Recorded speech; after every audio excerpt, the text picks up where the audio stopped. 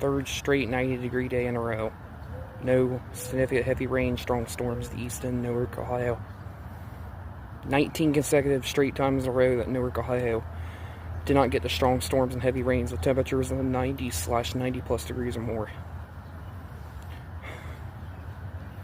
If they don't happen tomorrow, I don't get anything significant, I'm done. Giving up. Pray for me, guys.